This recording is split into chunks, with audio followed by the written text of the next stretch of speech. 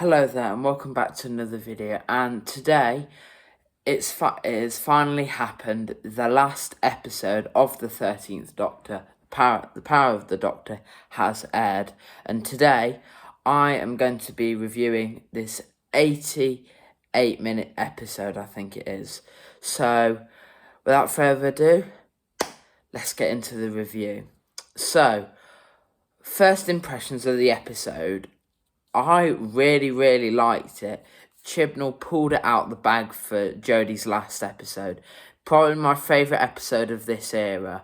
And it's such a shame that it's her last one, because I thought it was just really good. I'd probably give it maybe an 8 or 9 out of 10 altogether, and I'll tell you why in a minute. The highlights for me of this episode. Oh, first of all, before I say anything, spoiler alert for this episode. So I don't know why you'd be here if you haven't watched it, but just in case you haven't, this is your final warning. Go and watch the episode, and then come back to this review, and then obviously watch the rest of the review. So without further ado, let's start the review. So, what a episode!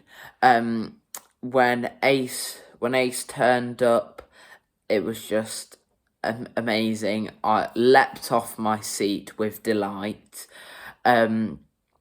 And watching her jump up that little speech bit before she jumped off the unit HQ, it was like lifted so out of the 80s era of Doctor Who. It was amazing, and I loved the relationship between Tegan and the 13th Doctor.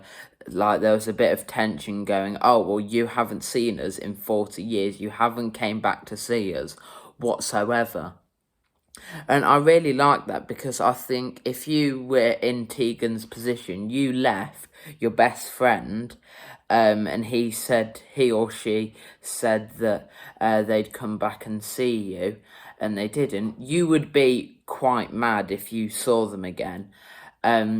And I loved how Yaz and Tegan interacted, saying, oh, we used to travel in your position. I think that was just an amazing addition by Chibnall. And one thing I have to say about Chibnall's era, he has written stuff on Classic Who really well. He's written the Daleks, Cybermen, the Master really well. He just writes classic stuff better than he does his own stuff. And I think if he brought more classic monsters back, I'm not really sure if there's even any more classic monsters to bring back, I don't think. But if he brought more back, I think his era would have been more well loved. And I think, mark my words, in the future, his era will sort of be looked over as sort of a better time, as an alright time for the show. Like, especially for me, I didn't really like Capaldi's era on the first run through when he was the Doctor, but during lockdown and that sort of period, I rewatched the whole of his era, and I really liked it. So I think it's aged well. And also, just this time to be a Doctor Who fan, like the past 5 years, I've loved it. Obviously, a YouTube channel has been bought out of it, so this era definitely holds a lot of memories for me, and it's going to be interesting to see how Russell deals with it. But let's address one of the elephants in the room.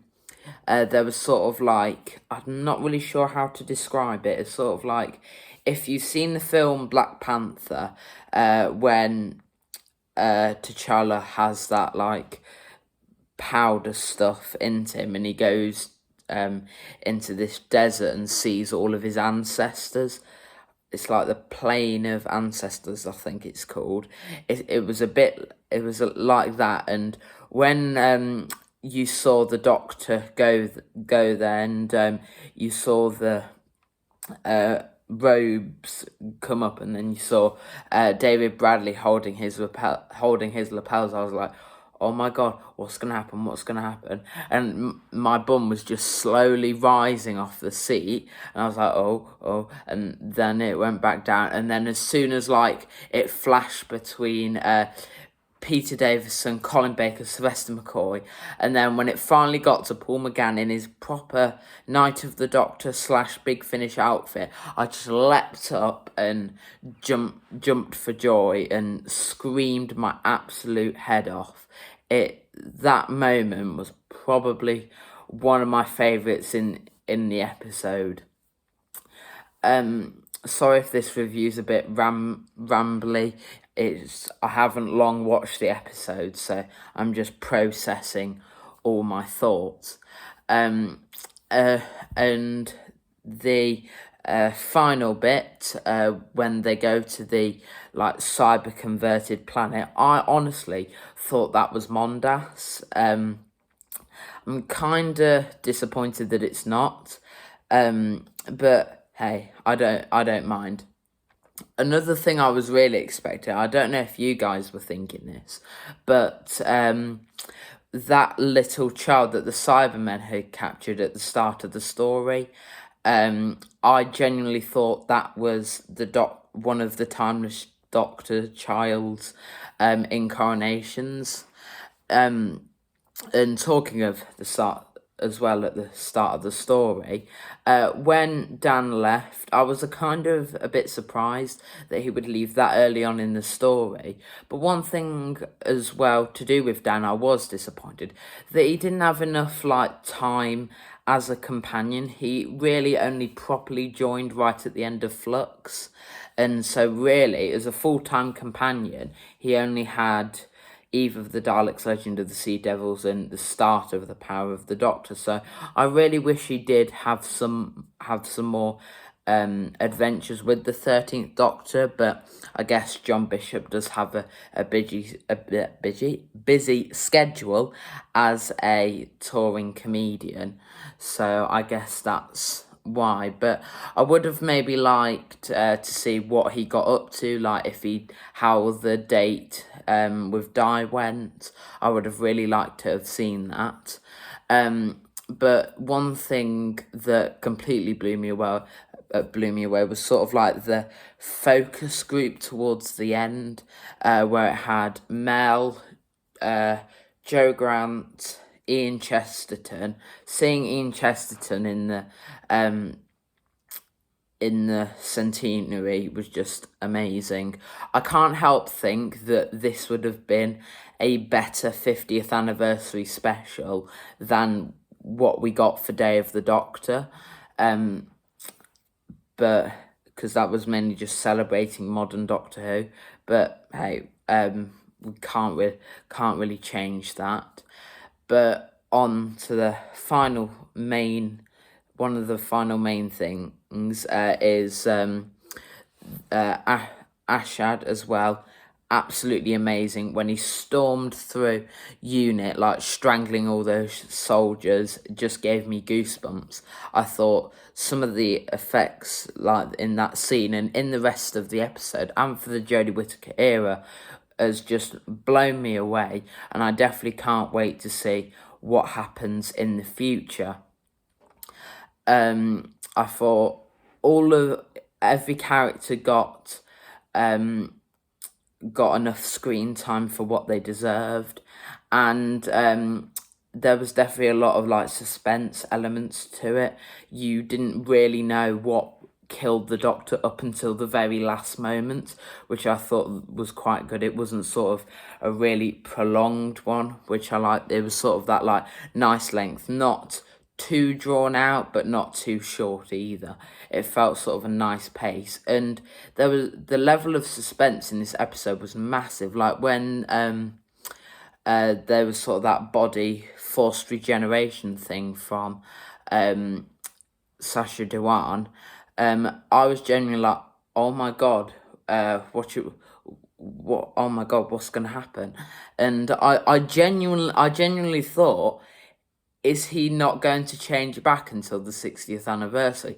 That thought genuinely crossed my mind at some bits. And I was watching this with my mum, and she thought that was the new Doctor, because I don't think she'd seen what Ncuti had looked like. But onto the regeneration. The final scene of Yaz sitting on top of the TARDIS with an ice cream with the Doctor looked amazing. However, one thing I didn't like is how the regeneration hand kept glowing for like the whole thing. I really didn't like that. But yet, when it came to the regeneration, it stopped. Why was it there for the whole point? That just annoyed me a bit. But apart from that, it was really good. I did want to see maybe sort of more of the Timeless Child stuff. But I guess they only did have 90 minutes. We can't ask for everything. But finally onto the regeneration, the finale, the final part. It was really, really good. The cliff top that the Doctor regenerated on was in Weymouth, I believe it was. And I just really loved Jodie's final line, when she was speaking to the TARDIS, look after the next one, won't you? And then just before her arms burst open into the regeneration energy, she said, tag, you're it. I just think that sums up Jodie's Doctor so well. Just a sort of childish, bubbly personality. I think that line can tell you so much about Jodie's Doctor. And then finally, right at the end, the 14th Doctor, David Tennant, was introduced. And I love his first line where he went, hold on, I recognise these teeth. And then we got the 3, what? Then the credits rolled, and I'm not sure if other countries got this, so just bear with me. But on the BBC, we got a trailer for the next year's specials, and it was just amazing. You got to see Ncuti, who's now been confirmed to be the 15th Doctor, which is the first time we've had 2 Doctors announced in one episode, or in like one brief space of time. And I thought the trailer looked really good. Sadly, we have got another excruciating long wait. We have, and I've got it on my phone here. There's going to be 3 specials starting in November next year, starring David Tennant, Catherine Tate as the 14th Doctor and the amazing Don Noble. And after the 3 episodes, Ncuti will take over the mantle of the 15th Doctor, and a new series will begin at the festive period of 2023. So that could be a Christmas special. Please, Russell, I really hope it is. It'd just be amazing to see it. But that wraps up today's video. It's such a good episode, and yeah, here's to the future of Doctor Who. It is looking bright, and we are on the precipice of a whole new era. So make sure you hit the like button and subscribe, and let me know your thoughts on this episode in the comment section down below, and I will see you in the next video. Bye.